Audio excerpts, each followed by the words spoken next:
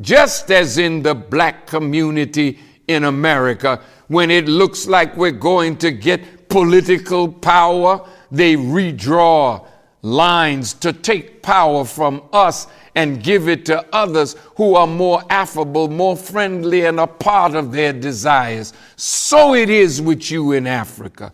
You are subjected now to Europe by means of food production. Your food is coming to you from outside. You're not producing your own food. You are subjected now because you're in debt to the IMF and the World Bank. So you're nothing more than a legitimized colony with not even the implements that will allow you to set yourself free.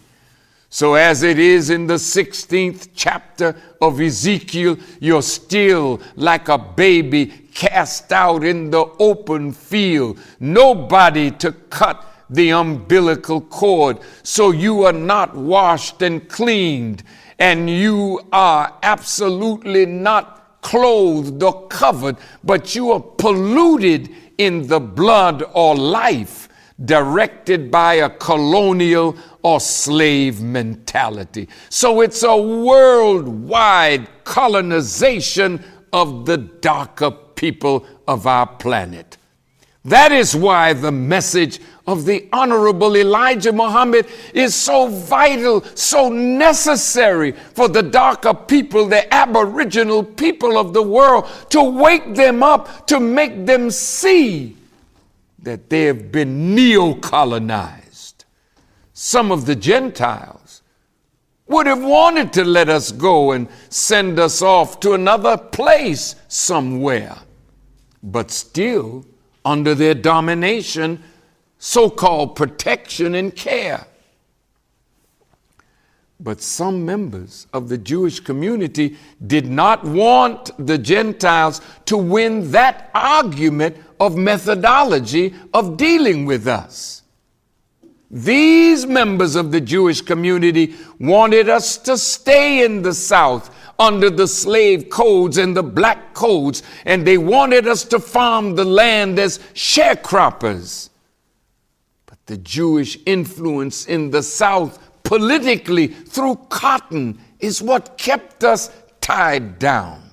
But also by their influence, they also guided the Gentiles as well.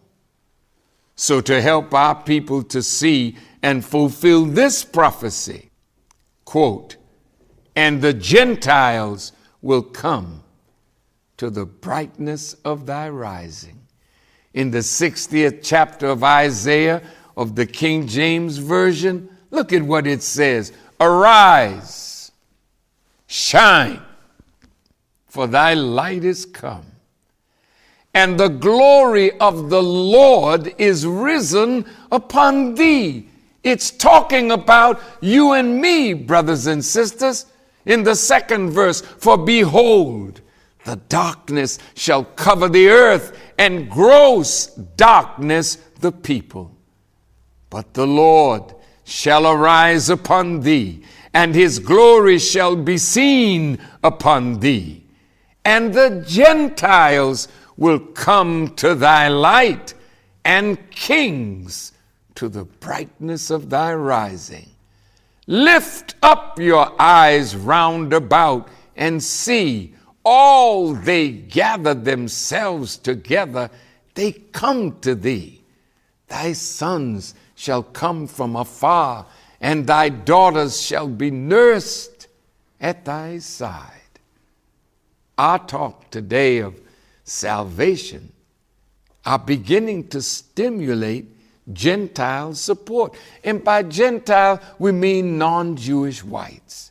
And some small Jewish support is also coming to us, while at the same time, there's very virile, terrible Jewish opposition with some of their Gentile friends. You know, I mentioned in Indianapolis that there are some white militia that are saying that Obama's agreement with Iran justifies President Obama being assassinated. I respectfully warn you, America, that if President Obama is harmed, our people, along with many other people, will rise up in reaction more than those who rose when Dr. King was assassinated. It will cause the military forces of America to put us and others down with great force. It will stimulate division among blacks, whites, Hispanics in all branches of law enforcement. It will turn even members of the armed forces against their government if you harm President Obama, one whom the majority of Americans have elected to be their president. Then there is no hope for the little black or brown man or Native American or poor whites to get equal justice under this present power construct. This brings us back to the words of the Honorable Elijah Muhammad that we should separate, that America should look after us in a separate state or territory for the next 20 to 25 years until we are able to produce our own needs. Now, regardless of what you may think of the politics of the situation, it was the Honorable Elijah Muhammad that advised us to take his program and put it before the Congress of the United States, because ultimately we are going to be such a troublesome species of property that the Congress itself is going to have to rule on something like this: take the Muslim program before Congress. A man named Justin Smith Morrill, a senator from Vermont, is most widely remembered today by the Morrill Land Grant Colleges Act that established federal funding to establish many of the public colleges and universities, which later in a second Land Grant Act included the HBCUs. Mr. Morrill was one of the founders of the Republican Party. Now, the first Morrill Act of 1862 funded educational institutions by granting federally controlled land, 30,000 acres, to the states for them to develop land-grant colleges.